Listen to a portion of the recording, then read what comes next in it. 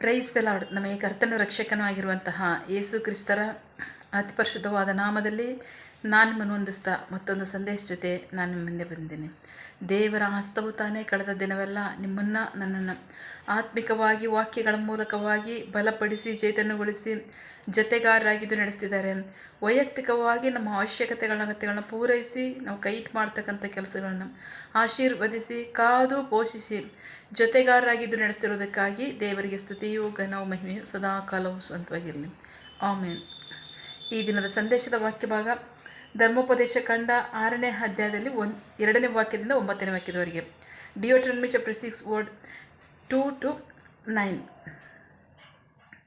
ನೀವು ನಿಮ್ಮ ದೇವರಾದ ಯೆಹೋವನಿಗೆ ಭಯಪಟ್ಟು ನಾನು ನಿಮಗೆ ಆಜ್ಞಾಪಿಸುವ ಆತನ ಎಲ್ಲ ಧರ್ಮಗಳನ್ನು ಮತ್ತು ಆಜ್ಞೆಗಳನ್ನು ನೀವು ನಿಮ್ಮ ಮಗನು ನಿಮ್ಮ ಮೊಮ್ಮಗನು ತಮ್ಮ ಜೀವಿಸುವ ದಿವಸಗಳಲ್ಲೆಲ್ಲ ಕೈಗೊಳ್ಳುವ ಹಾಗೆಯೂ ನಿಮ್ಮ ದಿವಸಗಳು ಬಹಳವಾಗುವ ಹಾಗೆಯೂ ನಿಮಗೆ ಬೋಧಿಸಬೇಕೆಂದು ನಿಮ್ಮ ದೇವರಾದ ಯೆಹೋವನು ಆಜ್ಞಾಪಿಸಿದ ಆಜ್ಞೆ ನೇಮ ನ್ಯಾಯಗಳು ಇವೆ.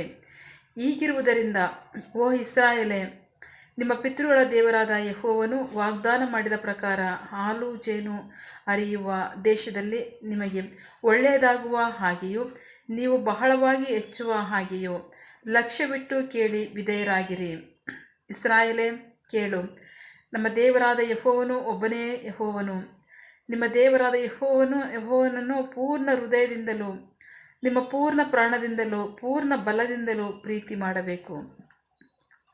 ನಾನು ಇವತ್ತು ನಿಮಗೆ ಆಜ್ಞಾಪಿಸುವ ಈ ಮಾತುಗಳು ನಿಮ್ಮ ಹೃದಯದಲ್ಲಿ ಇರಬೇಕು.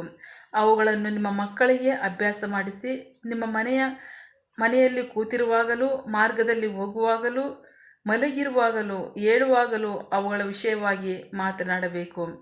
ಅವುಗಳನ್ನು ಗುರುತಾಗಿ ಕೈ ಮೇಲೆ ಕಟ್ಟಬೇಕು. ಅವು ನಿಮ್ಮ ಕಣ್ಣುಗಳ ನಡುವೆ ಅಣೆಕಟ್ಟಾಗಿರಬೇಕು. ಅವುಗಳನ್ನು ನಿಮ್ಮ ಮನೆಯ ಕಂಬಗಳ ಮೇಲೆಯೂ ನಿಮ್ಮ ಬಾಗಿಲುಗಳ ಮೇಲೆಯೂ ಬರೆಯಬೇಕು. ದೇವರಿಗೆ ಸ್ತೋತ್ರ. ವಾಕ್ಯಭಾಗ ನೋಡ್ತಾ ಇದ್ದೀವಿ. ವಾಕ್ಯಭಾಗದಲ್ಲಿ ಬಹಳ ಪ್ರಮುಖವಾದ್ದೇನು ಅಂತಂದರೆ, ನಮ್ಮ ದೇವರಾದ ಯೆಹೋವನು ಒಬ್ಬನೇ ದೇವರು. ಯೆಹೋವನು ಅನ್ನೋ ಪದಕ್ಕೆ ಅರ್ಥಗಳನ್ನ ಸ್ವತಃ ದೇವರೇ ಹೇಳ್ಕೊಂಡಿದ್ದಾರೆ. ನಾನು ಇರುವಾತನು, ನನಗೆ ಒಬ್ಬನೇ ಏಕೈಕ ದೇವರು, ನನ್ನ ಸರ್ವಶಕ್ತನು, ಸಮಸ್ತವನ್ನು ಸೃಷ್ಟಿ ಮಾಡಿರುವಾತನು. ಹೀಗೆ ಸಾವಿರಾರು ಹೆಸರುಗಳನ್ನ ದೇವರು ಅವರೇ ಸ್ವತಃ ಹೇಳ್ಕೊಂಡಿದ್ದಾರೆ. ದೇವರಿಗೆ ಸ್ತೋತ್ರ. ಸೊ ಹಾಗಾಗಿ ಒಬ್ಬನೇ ದೇವರು, ಒಬ್ಬನೇ ಏಕೈಕ ದೇವರು ಅಂತ ಹೇಳಿದ್ದಾರೆ. ಸೊ ಇಲ್ಲಿ ಅದನ್ನೇ ಹೇಳ್ತಕ್ಕಂಥದ್ದು. ನಿಮ್ಮ ದೇವರಾದ ಯೆಹೋವನು ಒಬ್ಬನೇ ದೇವರು. ದೇವರಿಗೆ ಸ್ತೋತ್ರ. ಹಾಗಾಗಿ ಆತನ ನೀವೇನು ಮಾಡಬೇಕು ಅಂದರೆ ಪೂರ್ಣ ಹೃದಯದಿಂದ ಪೂರ್ಣ ಪ್ರಾಣದಿಂದಲೂ ಪೂರ್ಣ ಬಲದಿಂದಲೂ ಪ್ರೀತಿ ಮಾಡಬೇಕು. ದೇವರಿಗೆ ಸ್ತೋತ್ರ. ಅಷ್ಟು ಮಾತ್ರ ಅಲ್ಲ, ಆತನ ಆಜ್ಞೆ ನೇಮ ನ್ಯಾಯ ಕಟ್ಟಳೆಗಳನ್ನು ಪ್ರೀತಿ ಮಾಡಬೇಕು, ವಿಧೇಯರಾಗಬೇಕು, ಅನುಸರಿಸಬೇಕು. ಹೇಗೆ ನೀವು ಪ್ರೀತಿ ಮಾಡಬೇಕು, ವಿಧೇಯರಬೇಕು, ಅನುಸರಿಸಬೇಕು, ನಿಜ. ಅಷ್ಟು ಮಾತ್ರ ಅಲ್ಲ, ಅದಕ್ಕಿಂತ ಒಂದು ದೊಡ್ಡ ಆಜ್ಞೆ ಇದೆ. ನಿಮ್ಮ ಮಕ್ಕಳಿಗೂ ಮಕ್ಕಳ ಮಕ್ಕಳಿಗೂ ನೀವು ಬೋಧಿಸಬೇಕು. ಹೇಗೆಲ್ಲ ಅಂತ ಹೇಳ್ತಾರೆ ಅಂದರೆ, ನೀವು ಕೂತಿರುವಾಗಲೂ, ನಿಮ್ಮ ಮನೆಯಲ್ಲಿ ಕೂತಿರುವಾಗಲೂ ಮಾರ್ಗದಲ್ಲಿ ಹೋಗುವಾಗಲೂ ಮಲಗಿರುವಾಗಲೂ ಏಳುವಾಗಲೂ ಯಾವಾಗಲೂ ವಿಷಯವಾಗಿ ನೀವು ಮಾತನಾಡ್ತಿರ್ಬೇಕು. ಅವುಗಳನ್ನು ನಿಮ್ಮ ಗುರುತಾಗಿ ನಿಮ್ಮ ಕೈಗಳ ಮೇಲೆ ಕಟ್ಟಬೇಕು. ಅವುಗಳನ್ನು ನಿಮ್ಮ ಮನೆಯ ಕಂಬಗಳ ಮೇಲೆಯೂ ಬಾಗಿಲಿನ ಮೇಲೆಯೂ ಬರೆಯಬೇಕು. ದೇವರಿಗೆ ಸ್ತೋತ್ರ. ಯಾಕೆಂದರೆ ನಮ್ಮ ಹಾಗೆ ಆಗ ಪುಸ್ತಕಗಳು ಕೊಡಲ್ಪಟ್ಟಿರಲಿಲ್ಲ.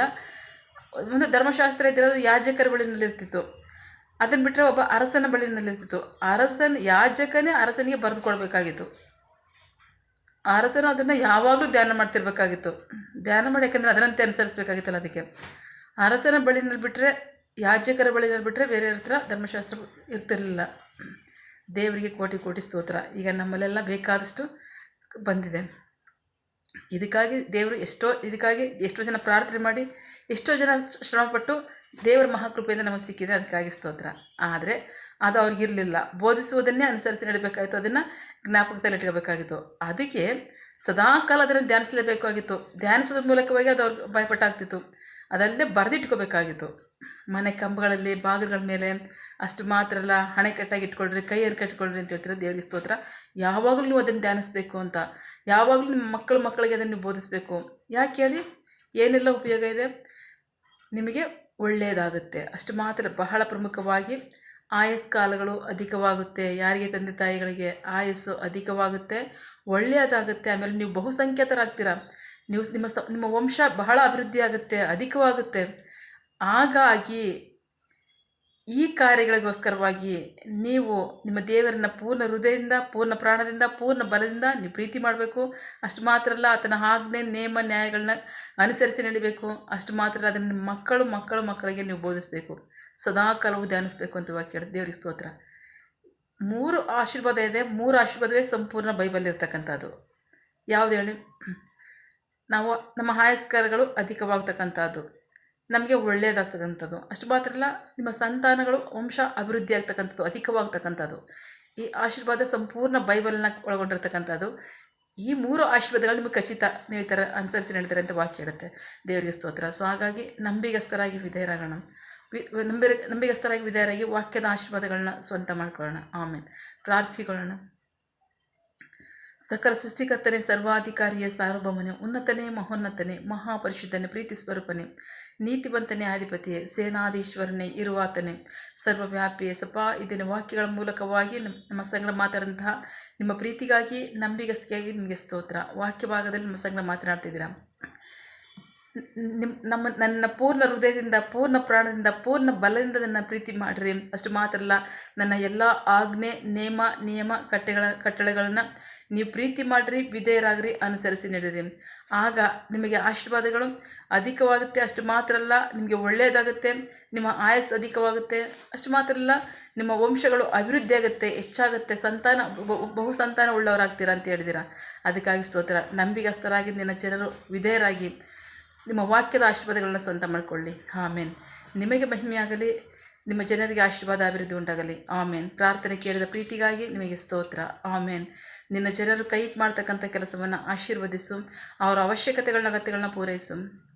ಯಾವ ಕಾರ್ಯದಲ್ಲಿ ಅವರು ನಿರೀಕ್ಷೆ ಉಳ್ಳವರಾಗಿದ್ದಾರೆ, ಮಕ್ಕಳ ವಿದ್ಯಾಭ್ಯಾಸ, ಆರೋಗ್ಯ, ಅವರ ಜೀವನ ಅಗತ್ಯಗಳು, ಯವನಸ್ಥರ ವಿದ್ಯಾಭ್ಯಾಸ, ಆರೋಗ್ಯ, ಅವರ ಜೀವನ ಅಗತ್ಯಗಳು, ಕೆಲಸ, ಬಿಸಿನೆಸ್, ಸೇವೆ, ವಿವಾಹ ಕಾರ್ಯ, ವಯಸ್ಸಾದವರ ಜೀವನ ಅಗತ್ಯಗಳು, ಆರೋಗ್ಯ, ಸೇವೆ, ಯಾವ ಕಾರ್ಯದಲ್ಲಿ ಅವರು ನಿರೀಕ್ಷೆ ಉಳ್ಳವರಾಗಿದ್ದಾರೆ ಆ ಕಾರ್ಯದಲ್ಲಿ ತಕ್ಕ ಸಮಯದಲ್ಲಿ ನಿಮ್ಮ ಚಿತ್ತಾನುಸಾರವಾಗಿ ಹೊಂದಿಕೊಳ್ಳಿ. ಆಮೇನ್. ನೀವು ಹಾಗೆ ಮಾಡುವ ಪ್ರೀತಿಗಾಗಿ, ನಂಬಿಗಸ್ತಿಗೆ ನಿಮಗೆ ಸ್ತೋತ್ರ. ನಮ್ಮ ಪ್ರಾರ್ಥನೆಯನ್ನು ಕೇಳಿದ್ದೀರಾ, ಅದರಂತೆ ನಡೆಸ್ತಿರೋದಕ್ಕಾಗಿ ಸ್ತೋತ್ರ. ನಮ್ಮ ಪ್ರಾರ್ಥನೆಯನ್ನು ನಮ್ಮ ರಕ್ಷಕನಾದ ಯೇಸು ಕ್ರಿಸ್ತರ ಅತಿ ಪರಿಶುದ್ಧವಾದ ನಾಮದಲ್ಲಿ ಪ್ರಾರ್ಥಿಸಿ ನಿಮ್ಮ ಪಾದಗಳು ಸಲ್ಲಿಸಿ ನಾವು ಬೇಡಿ ಹೊಂದಿದ್ದೇವೆ, ನಮ್ಮ ಜೀವವುಳ್ಳ ತಂದೆ. Amen. God bless you all. ದೇವರು ತಾನೇ ಇದರ ವಾಕ್ಯಗಳ ಮೂಲಕವಾಗಿ ನಮ್ಮ ಸಂಗಡ ಮಾತನಾಡಿದ್ದಾರೆ, ನಮ್ಮನ್ನು ಆಶೀರ್ವದಿಸಿದ್ದಾರೆ. ಆಮೇನ್. All the best.